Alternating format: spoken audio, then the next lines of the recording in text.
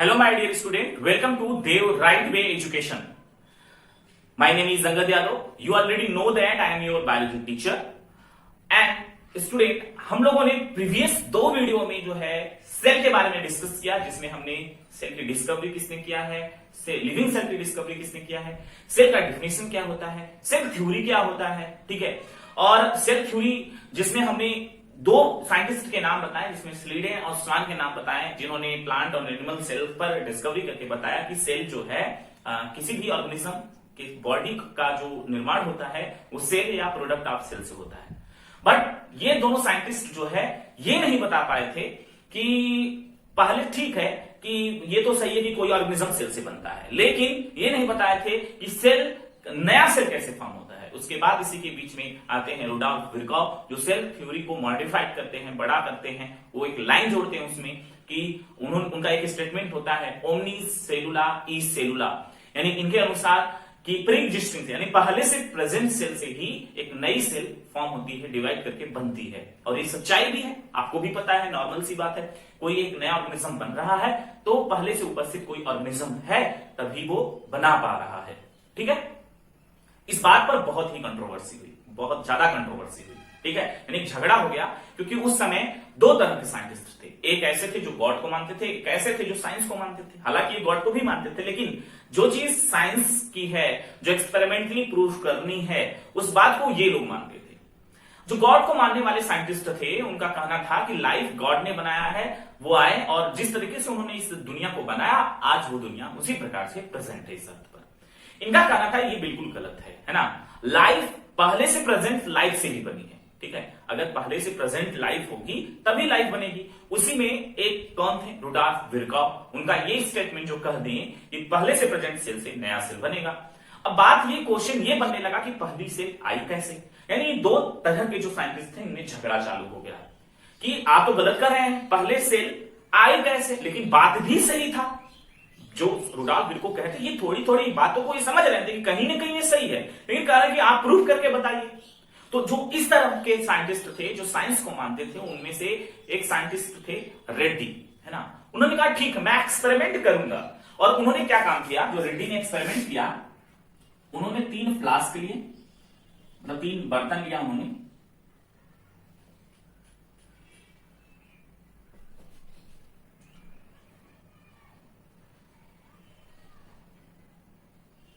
ठीक है, इस प्रकार से उन्होंने 3 बॉटल कह सकते हैं लिया। और उसके बाद एक और,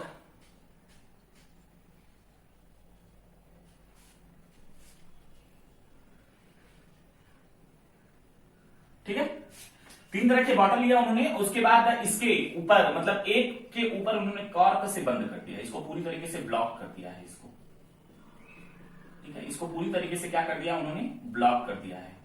और एक को उन्होंने ऐसा खुला छोड़ दिया और एक को कपड़े से बांध दिया।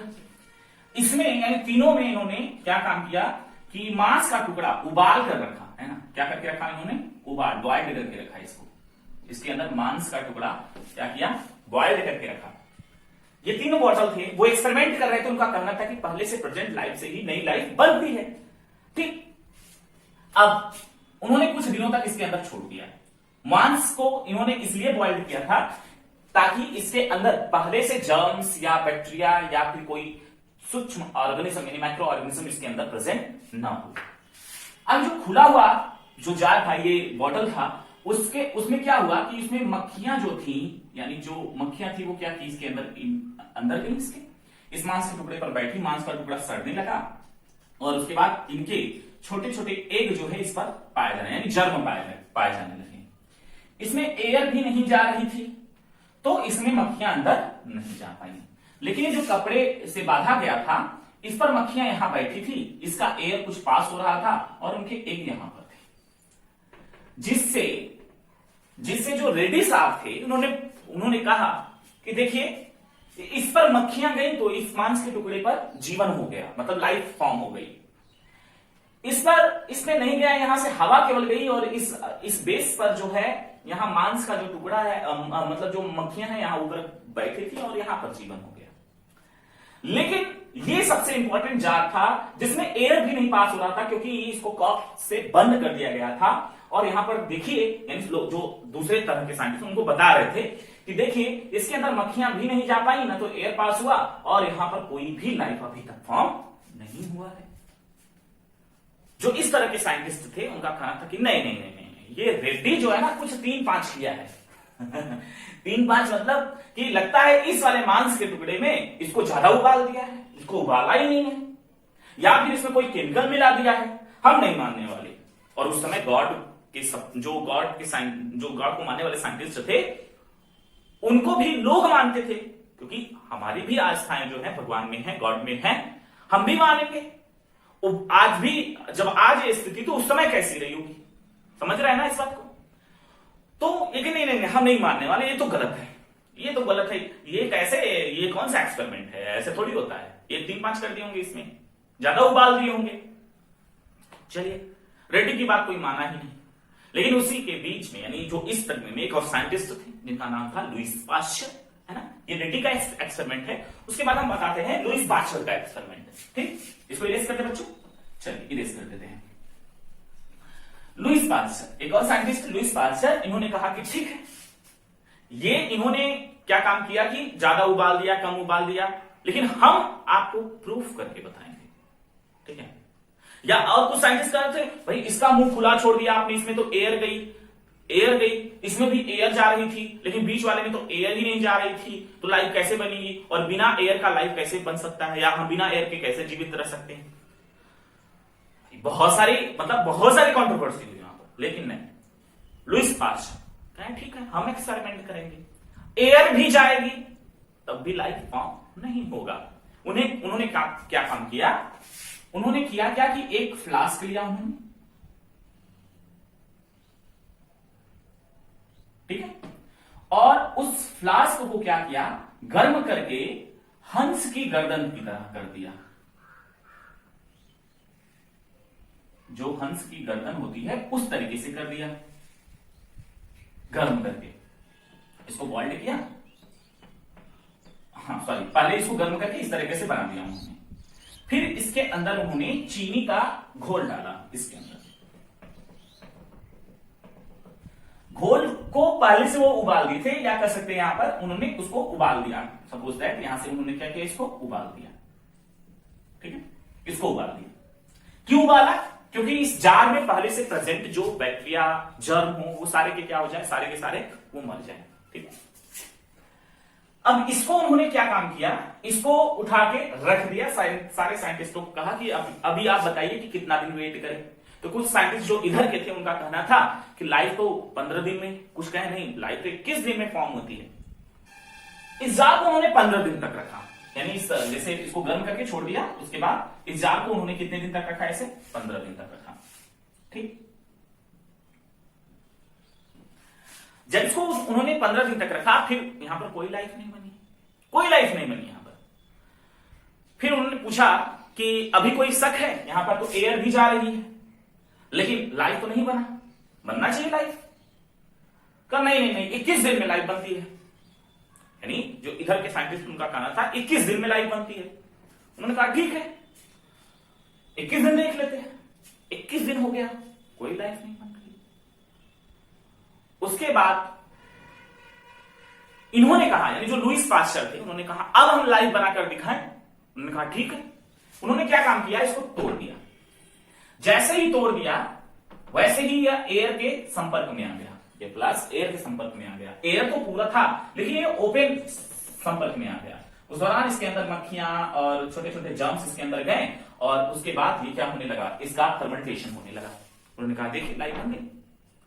तो तब जाकर इधर के साइंटिस्ट ने कहा कि ऐसा कैसे हो गया, मतलब तब ये मानने लगे कि लाइफ पहले से प्रेजेंट लाइफ से ही बनेगी। उन्होंने कहा कि हमने जो फ्लास्क को इस तरीके से घुमाया था, और इनके एक्सपेरिमेंट को क्या कहा गया, स्वान नेक एक्सपेरिमेंट भी कहा गया। इनके एक्सपेरिमेंट को स्वान नेक एक्सपेरिमेंट कहा गया। क्वेश्चन पूछता है किसने किया है, तो लुईस पाश्चर ने किया है स्वान नेक एक्सपेरिमेंट। ठीक है, हंस की गर्दन की तरह, हंस की गर्दन ऐसे घूमी हुई होती है। ठीक, उन्होंने कहा कि हमने इस प्रकार से इसको घुमाया कि एयर तो इस रास्ते से जा रहा था, लेकिन ये इतना घुमा हुआ था कि जर्म इस रास्ते से जब जा रहे थे तो कहीं ना कहीं यहां पर चिपक जा रहे थे और यहां तक नहीं पहुंच पा रहे थे, यहां प्योर एयर ही पहुंच रहा था, इसलिए लाइफ नहीं बन रही थी। जैसे ही हम इसको तोड़े वैसे ही ओपन हुआ और सारे के सारे जर्म अंदर गए और लाइफ बन गई। तब जाके इधर के साइंटिस्ट जो गॉड को मानने वाले थे ये भी मान गए कि नहीं, हाँ जो लाइफ है वो पहले से प्रेजेंट लाइफ से ही बनती है। फिर एक बहुत बड़ा क्वेश्चन मार्क लग गया कि पहली प्रेजेंट लाइफ कैसे आई इस अर्थ पर। पहले लुईस पास्चर ने तो एक्सपेरिमेंट प्रूफ कर दिया, लेकिन पहली लाइफ इस अर्थ पर आई कैसे, ये तो बड़ी मानने वाली बात थी। ठीक है, तो इस क्वेश्चन मार्क्स का आंसर आपको क्लास 12 में मिलेगा। इवोल्यूशन चैप्टर में हम बताएंगे वहां पर कि लाइफ कैसे बनी है एक एक करके। एक अच्छी कहानी, मस्त कहानी है। अब हम रुडॉल्फ विर्को जो कहे वो बिल्कुल सही था, ये हमने प्रूफ कर दिया, और जो साइंटिस्ट के नाम हम आपको बताए हैं वो भी आपको याद रखना है और कहानी भी याद रखनी है आप लोगों को। अब हम अपनी बुक की अगली हेडिंग पढ़ने जा रहे हैं। आपके पास बुक है तो अपने सामने ओपन कर लीजिए। कौन सी? हमारी प्यारी सी दुलारी सी बुक कौन सी है बताइए? एनसीईआरटी। अपना नोट्स, अपना पेन अपने साथ रखिए ताकि कोई भी इंपॉर्टेंट पॉइंट हम आपको बताएं या पढ़ाएं तो आप उसको नोट कर पाए। तो चलिए इसको इरेज करते हैं।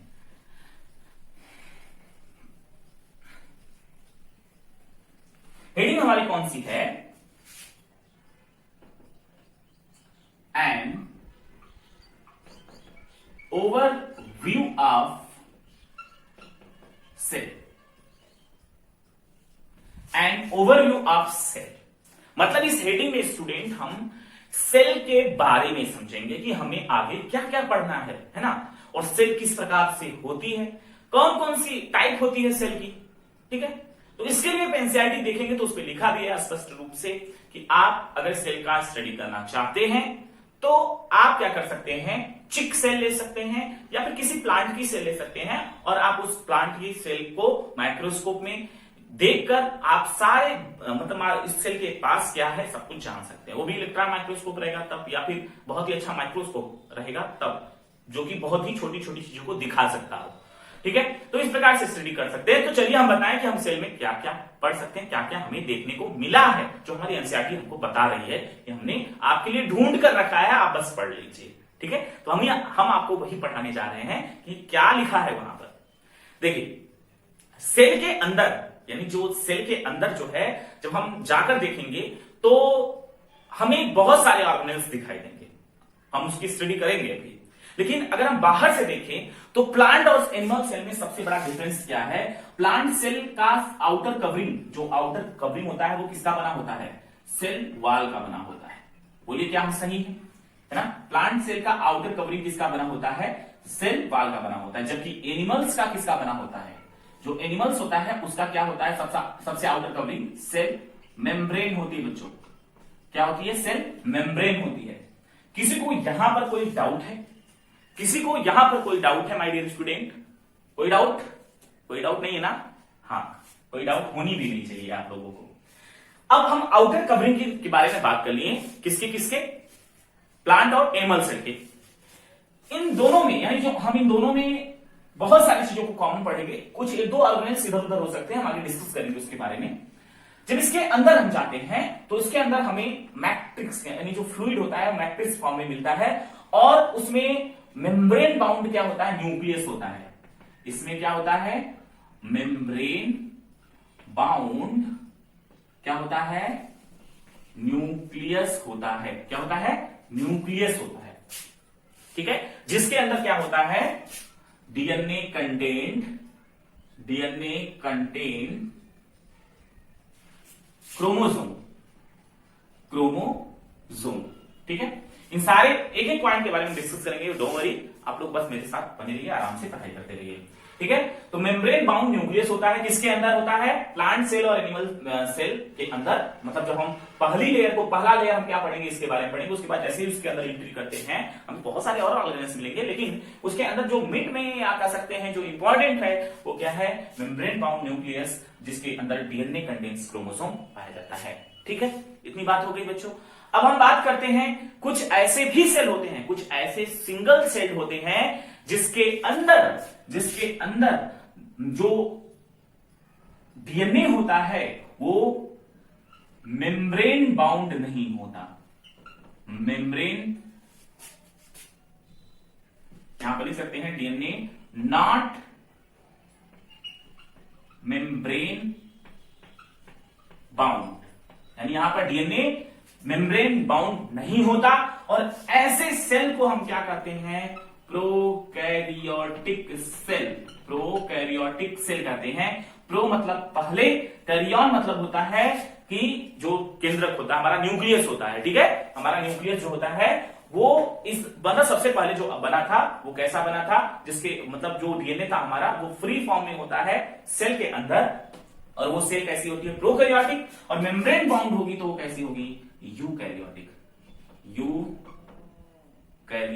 सेल, ठीक है। ये प्रिमिटिव सेल यानी कि जो इस अर्थ पर पहले आई होगी, इस प्रकार की सेल के अंदर डीएनए में कैसा रहा होगा, डीएनए जो है मेम्ब्रेन बाउंड नहीं रहा होगा। लेकिन जैसे जैसे इंफॉर्मेशन बढ़ने लगी सेल की, वैसे वैसे जो सबसे इंपॉर्टेंट ऑर्गन है हमारे सेल के अंदर, न्यूक्लियस, उसको भाई सुरक्षा देना इंपॉर्टेंट हो गया।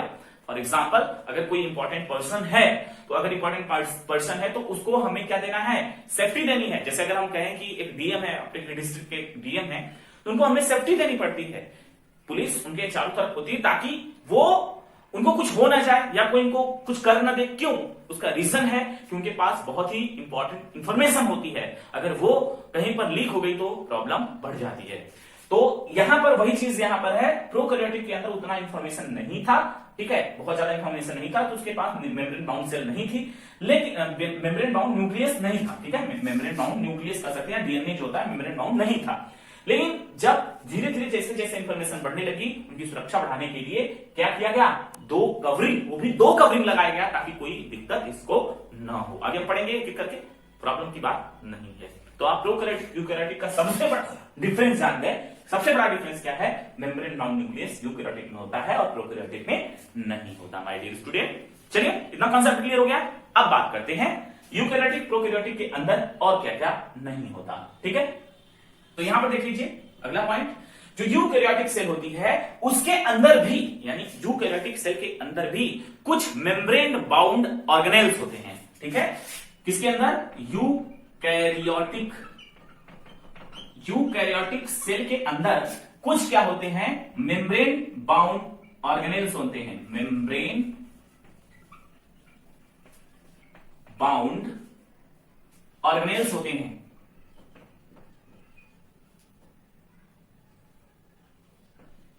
और वो मेम्ब्रेन बाउंड ऑर्गेनेल्स कौन कौन से होते हैं बताइए, ER यानी endoplasmic reticulum, plasmid, plant cell है तो प्लाज्मिड, और उसके बाद इसके अंदर जो होता है माइटोकॉन्ड्रिया, लाइसोसोम,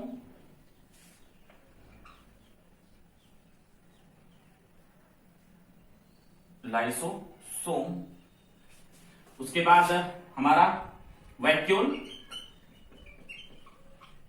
और उसके बाद वैक्यूल हो गया, प्लाज्मिड हो गया, इंडोप्लाज्मिक रेटिकुलम हो गया, ठीक है। तो ये हो गया, और भी बहुत सारे हैं, हम आगे पढ़ेंगे उसके बारे में। और इसके बाद स्टूडेंट जो है इंडोप्लाज्मिक रेटिकुलम, ये तो मेम्ब्रेन बाउंड सेल हो गया जो यूकैरियोटिक और यूकैरियोटिक में पाया जाता है, और ये सारे ऑर्गेनेल्स जो हैं प्रोकैरियोटिक में नहीं पाए जाते हैं। फिर से हमने क्या बोला कि ये सभी के सभी जो ऑर्गेनेल्स लिखे हैं, और भी एक दो हैं जो कि जिसके बारे में डिस्कस करेंगे आगे, पर ये बहुत इंपॉर्टेंट ऑर्गेनेल्स हैं जो कि हमें यूकैरियोटिक सेल के अंदर देखने को मिलता है, और ये प्रोकैरियोटिक सेल के अंदर नहीं होता। कॉन्सेप्ट क्लियर कर लीजिए अपना, ठीक, इतना हो गया। हम थोड़ा सा इरेज करते हैं ताकि आपको विजुअल ऊपर की चीजें है ना, तो इतना हम कर देते हैं, इतना, ठीक। अब बात करते हैं, इतना आप लोगों ने राइट कर लिया होगा या समझ लिया होगा। अब यूकैरियोटिक सेल के अंदर ये सारे ऑर्गेनल सिस्टम पाए जाते हैं, लेकिन कुछ ऐसे भी होते हैं, ये सभी के सभी कैसे होते हैं, मेम्ब्रेन बाउंड होते हैं, इंपॉर्टेंट है, ये सभी कैसे होते हैं, मेम्ब्रेन बाउंड होते हैं। लेकिन कुछ ऐसे भी होते हैं जो मतलब मेम्ब्रेन बाउंड नहीं होते। फॉर एग्जाम्पल राइबोसोम, ठीक है, ये मेम्ब्रेन बाउंड नहीं होता, ये साइटोप्लाज्म में पाया जाता है। साइटोप्लाज्म में ये सारे के सारे, यानी कि सेल के अंदर एंट्री करेंगे तो मैट्रिक्स फ्लूइड होता है जिसके अंदर ये सारे ऑर्गेनल्स होते हैं, और उसको हम क्या कहते हैं, साइटोप्लाज्म कहते हैं, ठीक है। तो राइबोसोम जो होता है साइटोप्लाज्म में होता है, साथ में ये माइटोकॉन्ड्रिया, और उसके साथ साथ प्लाज्मिड में भी होते हैं, और प्लाज्मिड प्लांट में होता है केवल, किसमें होता है, प्लांट में, और माइटोकॉन्ड्रिया दोनों में होता है, प्लांट और एनिमल सेल दोनों में होता है, दोनों प्लांट सेल हो एनिमल सेल हो दोनों यूकैरियोटिक है। किस बेस पर यूकैरियोटिक है स्टूडेंट बताइए, जिसके पास न्यूक्लियस है वो यूकैरियोटिक है, यानी मेम्ब्रेन बाउंड डीएनए क्रोमोसोम, ठीक है, जिसके पास न्यूक्लियस है वो यूकैरियोटिक है और जिसके पास न्यूक्लियस नहीं है वो कौन सा है, प्रोकैरियोटिक है, ठीक है। तो राइबोसोम के अंदर जो है राइबोसोम जो है साइटोप्लाज्म में होता है, माइटोकॉन्ड्रिया में होता है और प्लाज्मिड में भी होता है, और राइबोसोम जो होता है ये मेम्ब्रेन बाउंड नहीं होता, यानी कि अभी तक तो हमने मेम्ब्रेन बाउंड ऑर्गेनेल्स को देखा जो यूकैरियोटिक के अंदर थे, अब हम देख रहे हैं नॉन मेम्ब्रेन बाउंड ऑर्गेनेल्स। तो नॉन मेम्ब्रेन बाउंड ऑर्गेनेल्स में ये कौन है, राइबोसोम है। और राइबोसोम स्टूडेंट, हाँ एक और इंपॉर्टेंट है सेंट्रियोल या सेंट्रोसोम कह सकते हैं, सेंट्रोसोम, ठीक है, सोम मतलब बॉडी होता है, सेंट्रोसोम जो होता है ये भी क्या होता है, नॉन बाउंड मतलब non membrane bound, non membrane bound organelles होता है, कौन, सेंट्रोसोम, ठीक है। और ये केवल और केवल किसमें पाया जाता है, एनिमल्स में पाया जाता है, यानी एनिमल सेल में पाया जाता है, और उनका काम क्या है, सेल डिवीजन। सेंट्रोसोम का काम क्या है, सेल डिवीजन, ठीक है। तो हमने दो नॉन मेम्ब्रेन बाउंड सेल को देखा, सॉरी ऑर्गेनेल्स को देखा, नॉन मेम्ब्रेन बाउंड ऑर्गेनेल्स को, कौन कौन, सेंट्रोसोम जो केवल एनिमल्स में होता है, राइबोसोम जो केवल मतलब कि प्लांट में मतलब सॉरी यूकैरियोटिक में होता है। और राइबोसोम के बारे में एक और इंपॉर्टेंट पॉइंट्स है, राइबोसोम ऐसा ऑर्गेनेल्स है जो ऐसा ऑर्गेनेल्स है जो यूकैरियोटिक एंड प्रोकैरियोटिक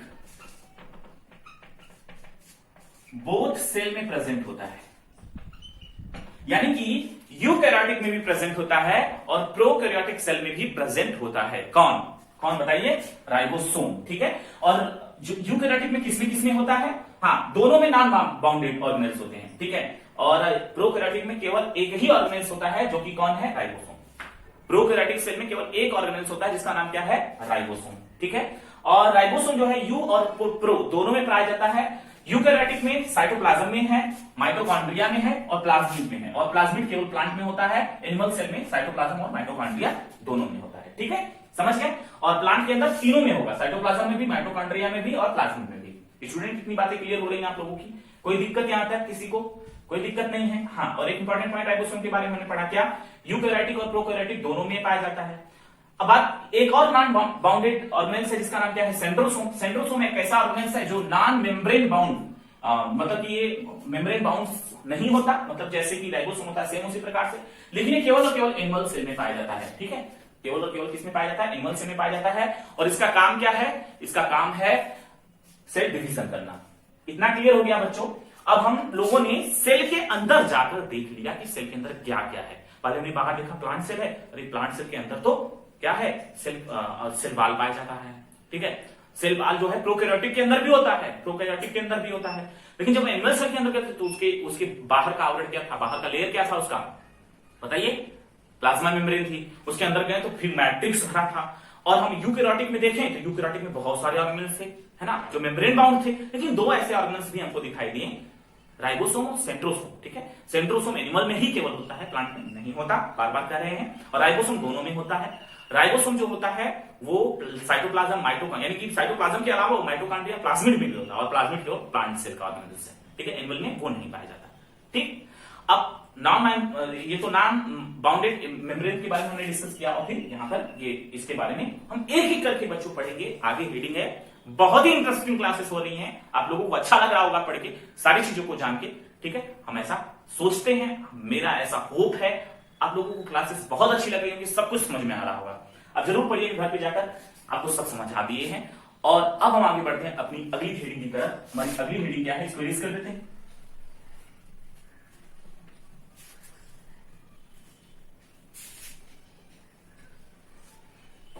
हमारी अगली हेडिंग है student cell size, cell shape and size, ठीक है, यानी सेल का जो शेप और साइज है वो क्या है, सेल का शेप और साइज क्या है, हम एक एक करके इंपॉर्टेंट जो शेप एंड साइज जो इंपॉर्टेंट आपके एग्जाम में, आपके बोर्ड, आपके नीट एग्जाम में पूछा जाता है, उसको लिख देते हैं। सबसे पहले माइकोप्लाज्मा की बात करें। माइकोप्लाज्मा जो कि एक बैक्टीरिया है, ठीक है, एक टाइप का बैक्टीरिया। इसका जो साइज है वो कितना है? 0.3 माइक्रोमीटर। और ये इस अर्थ की सबसे स्मॉलेस्ट सेल है, ठीक है, स्मॉलेस्ट सेल। इस वर्ल्ड की, इस अर्थ की सबसे स्मॉलेस्ट सेल कोई है तो माइकोप्लाज्मा है, जिसकी साइज 0.3 माइक्रोमीटर, ठीक है, 0.3 माइक्रोमीटर। ये सबसे स्मॉलेस्ट सेल है इस अर्थ की, ठीक। और उसके बाद दूसरे नंबर पे बैक्टीरिया की बात करें। ये भी एक बैक्टीरिया है, एक टाइप का बैक्टीरिया, पढ़ाएंगे आगे तो डिस्कस करेंगे। बैक्टीरिया की बात करें तो बैक्टीरिया, इस बैक्टीरिया की साइज कितनी है? 3 to 5 माइक्रोमीटर, ठीक है। बैक्टीरिया की जो साइज होती है वो 3 to 5 क्या होती है? माइक्रोमीटर। सबसे स्मॉलेस्ट कौन है? माइकोप्लाज्मा, ठीक। हम क्यों अभी हम पढ़ाएंगे तो उसके बारे में बताएंगे। अभी बहुत सारे चैप्टर में इसका जिक्र होने वाला है, जिसमें हम बताएंगे माइकोप्लाज्मा बैक्टीरिया है, लेकिन बैक्टीरिया के साथ हमने कंसीडर क्यों नहीं किया है, क्योंकि ये थोड़ी बहुत डिफरेंस होती है इससे, ठीक है। और सबसे लार्जेस्ट सेल किसकी है? Ostrich egg. ऑस्ट्रिच एग जो होती है वो क्या होती है? लार्जेस्ट सेल होती है, लार्जेस्ट सेल होती है, ठीक है, ये लार्जेस्ट सेल होती है। कौन? Ostrich egg. अब उसके बाद ह्यूमन आरबीसी की बात करें। ह्यूमन आरबीसी, इसकी साइज जो होती है वो कितनी होती है? 7.0 माइक्रोमीटर। 7.0 माइक्रोमीटर किसकी होती है? ह्यूमन आरबीसी की साइज होती है। उसके बाद सबसे लॉन्गेस्ट सेल की बात करें तो जो नर्व सेल होती है वो लॉन्गेस्ट सेल होती है ह्यूमन के अंदर, ठीक है, ह्यूमन के अंदर या किसी ऑर्गेनिज्म के अंदर लॉन्गेस्ट, ये लार्जेस्ट है, ये लॉन्गेस्ट यानी लंबी सेल, ठीक है। और उसके बाद सेल की बहुत साइज होती है, मतलब कि सेल की जो शेप है, शेप की बात करें तो बहुत होती है, क्यूबाइडल होती है, ठीक है, और उसके बाद लीनियर होती है, और थ्रीड लाइक होती है, कॉलमिनर होती है, ठीक है, और मतलब बहुत साइज होती है, मतलब सॉरी शेप, ठीक है। कौन कौन सी? थ्रीड लाइक, लीनियर, और उसके बाद क्यूबाइडल, ठीक है, ओवल शेप, ठीक है, राउंड, बहुत सारी शेप होती है, ठीक है, किसकी? सेल की। साइज के बारे में हमने यहां पर बता दिया, ठीक है। शेप में क्या लिख सकते हैं आप लोग? शेप में लिख सकते हैं आप लोग क्या क्या? ओवल, राउंड, ठीक है, क्यूबाइडल, थ्रीड लाइक, ETC, ठीक, इतना आप लिख सकते हैं शेप। और ये साइज के बारे में हमने डिस्कस कर लिया, और ये जो इंपॉर्टेंट पॉइंट हमने लिखा है, सारी बात सब कुछ जो है हमारे एनसीईआरटी में लिखा पड़ा है। और ये जो हमने लिखा है कई बार मेडिकल एग्जाम में डायरेक्टली क्वेश्चन आए हैं बच्चों, डायरेक्टली क्वेश्चन आए हैं। तो आई होप सो आप सभी लोग बड़े आराम से हर एक पॉइंट को सीख लिए होंगे, हम ऐसा समझते हैं। और चलिए आज की क्लास यहीं पर एंड करते हैं। आज की क्लास कैसी लगी आप लोग हमें कमेंट बॉक्स में जरूर बताइएगा। और हाँ, एक दो क्वेश्चन है, दो क्वेश्चन कौन कौन से हैं आप हमें बताएंगे। सेल थ्योरी किस किस साइंटिस्ट ने दिया था, ठीक है, सेल थ्योरी किस किस साइंटिस्ट ने दिया था आप हमको बताएंगे। और सबसे पहले लिविंग सेल को किसने डिस्कवर किया है, और उनके बुक का नाम क्या है आप हमको ये भी बताएंगे। तो बच्चों ये जो हमने दो तीन क्वेश्चन है ये हमने आपको दिया है, आप इसका कमेंट बॉक्स में आंसर दीजिएगा। और आज की क्लास में हमने बहुत इंपॉर्टेंट पॉइंट को डिस्कस किया and overview of cell and some stories को। तो हम आज की क्लास यहीं पर समाप्त करते हैं, एंड करते हैं। और आज की क्लास कैसी लगी आप हमको बताएंगे। Thank you so much, thanks for watching all of you.